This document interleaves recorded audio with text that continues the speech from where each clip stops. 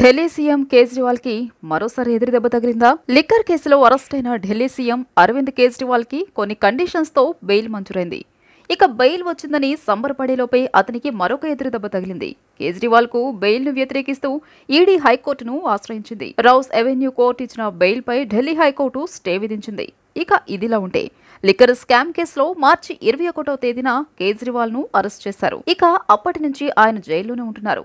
ఇక ఎలక్షన్స్ ఉన్న సందర్భంగా మే 10వ తేదీ నుంచి జూన్ 1వ తేదీ వరకు ఎలక్షన్స్ ఉన్నందున తమ పార్టీ తరపున ప్రచార కార్యక్రమాలను నిర్వహించుకునే విధంగా అతనికి కోర్టు బెయిల్ అయితే ఇచ్చింది.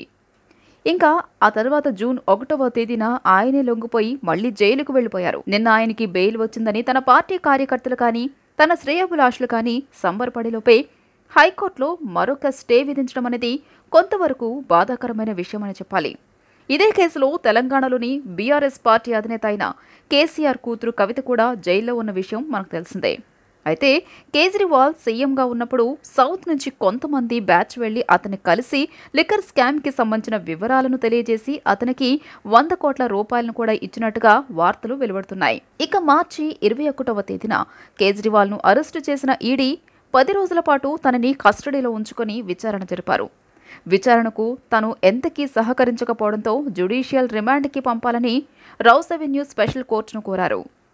ఆ మేరకు అవెన్యూ స్పెషల్ కోర్టు ఆదేశాలను ఇచ్చింది. ఇక కోర్టు ఆదేశాల మేరకు తీహార్ జైల్లోనే ఉంటూ ఆయన రెగ్యులర్గా రిమాండ్ని కొనసాగిస్తున్నారు.